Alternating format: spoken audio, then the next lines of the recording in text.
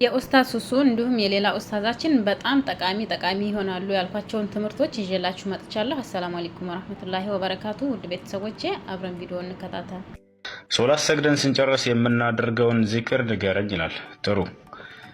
ሶላት ልክ ሰግዳችሁ እንደጨረሳችሁ አሰላሙ አለይኩም ወራህመቱላህ አሰላሙ አለይኩም ወራህመቱላህ ካላችሁ በኋላ 3 ጊዜ አስተግፊሩላህ አስተግፊሩላህ አስተግፊሩላህ ትላላችሁ።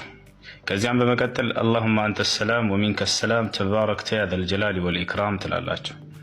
ከዚያም በመቀጠል ላኢላሃ ኢለላህ ወህደሁ ላ ሸሪከ ለህ ለሁል ሙልክ ወለሁል ሐምድ ወሁወ ዐላ ኩሊ ሸይኢን ቀዲር ላ ሐውለ ወላ ቁወተ ኢላ ቢላህ ላ ኢላሃ ኢለላህ ወላ ነዕቡዱ ኢላ ኢያህ ለሁ ኒዕመቱ ወለሁ ልፈድሉ ወለሁ ሰናኡ ልሐሰን ላ ኢላሃ ኢለላህ ሙኽሊሲነ ለሁ ዲን ወለው ከሪሀል ካፊሩን اللهم لا مانع لما أعطيت ولا معطي لما منعت ولا ينفع ذا الجد منك الجد تلاله.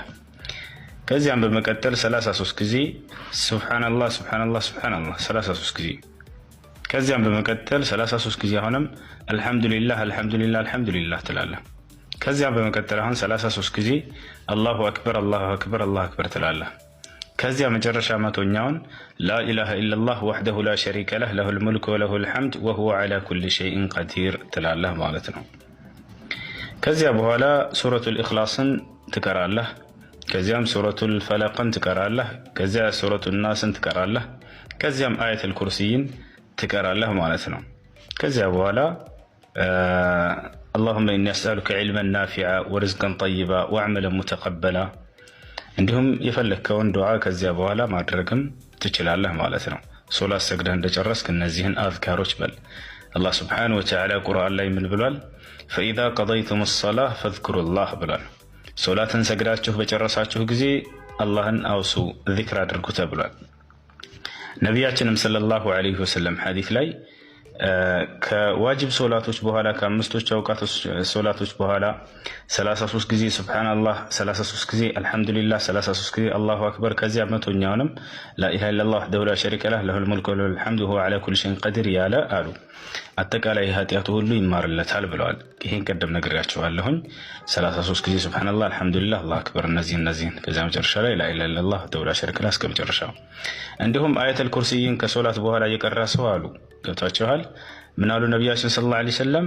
በእርሱና በጀነት መካከል አንድ ነገር ነው ያለው፣ እርሱም መሞት ነው አሉ። ሰውየው አየቱል ኩርሲይን ቀርቶ ከዋጅብ ሶላት በኋላ ከሞተ ጀነት ይገባል ማለት ነው በአላህ ፍቃድ፣ ሽርክ ከሌለበት አላህ ሱብሓነሁ ወተዓላ ምህረት ያደርግለትና ወደ ጀነት እንዲገባ ያደርገዋል። ይህን አዝካር በሉ። አሰላሙ አለይኩም። አሁን የምወስዳችሁ ደግሞ ስለ እዝነት ነው የሚያወራው። አላህ እዝነትን በልባችን ውስጥ ያኑር። አንድ ሰሃባ እንደዚሁ መጣና ያ ረሱላህ እኔ ፍየል በማርድ ጊዜ ለፍየሏ በጣም አዝናለሁ እሳሳላታለሁ አለ። የአላህ መልእክተኛ ዓለይሂ ሰላቱ ወሰላም ወሻቱ ኢረሕምተሃ ረሒመከላህ፣ ፍየሏን ስታርድ ለእሷ ካዘንክ አላህ ያዝንልሃል አሉት። ከሑነይን ዘመቻ ነቢዩ ሰለላሁ ዐለይሂ ወሰለም በሚመለሱ ጊዜ አንዲትን ሴት ተመለከቱ። እናት ናት፣ ልጇ ጠፍቶባታል። ካሉት ሕፃናት መካከል አንዱን ሕፃን ታነሳለች፣ ታየዋለች፣ የእሷ ልጅ አይደለም፣ ታስቀምጣለች። ሌላ ሕፃን ታነሳለች፣ ታየዋለች፣ ታሸተዋለች፣ የእሷ ልጅ አይደለም፣ ታስቀምጣለች። መጨረሻ የራሷን ልጅ አገኘችውና ቅፍ አድርጋ ሳመችው፣ አሸተተችው።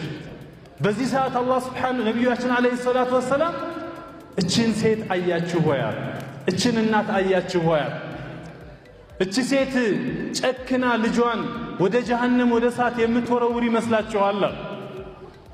ላ እናት ልጇን ሕፃን ልጇን እንዴት ብላ ወደ ጀሃነም ትወረውራለች? ወደ እሳት እንዴት ትወረውራለች አሏቸው።